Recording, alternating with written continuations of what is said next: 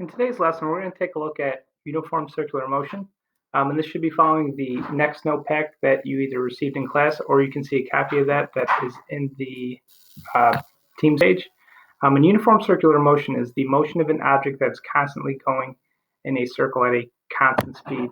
The difference between uniform circular motion and regular motion is that up to this point, we've only talked about objects who are moving in linear fashions or that are arcing through the air as a projectile. Objects, when they have a motion or a speed velocity, always have that speed and velocity in one direction.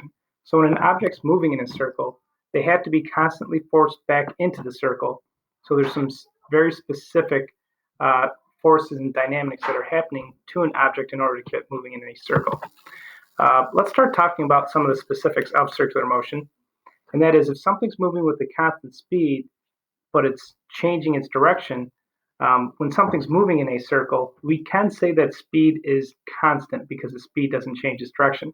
However, we can't say that the velocity is constant. This is because velocity depends on direction. And if the object's constantly changing its direction as it's going around the circle, the speed stays constant, the velocity doesn't. And if the velocity changes, that means the object that's moving in a circle has to be accelerating. It's a little bit unusual because you have a constant speed, non-constant velocity, and an accelerating object. When we're trying to figure out what the circular speed of an object is in uniform circular motion, we still use the kinematics equation, velocity equals distance divided by time. In this scenario, though, the distance that something's moving around the circle, in every single circular path it takes, it's going to be moving around the circumference of that circle.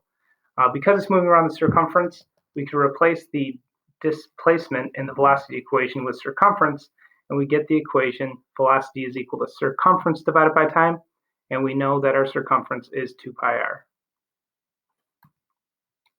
So let's do an example of circular motion. In this example, we have a student on an amusement park ride that's moving in a circular path with a radius of 2.5 meters, and it's completing this path every 7.3 seconds. And I want to know what speed of the student is.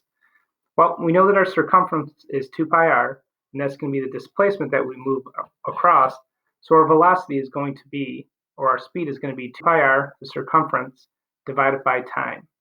And here we have a velocity of 2 pi, our radius is 2.5 meters. The time it takes us to make one of those loops is 7.3 seconds, and we end up with a speed of 2.1 meters per second.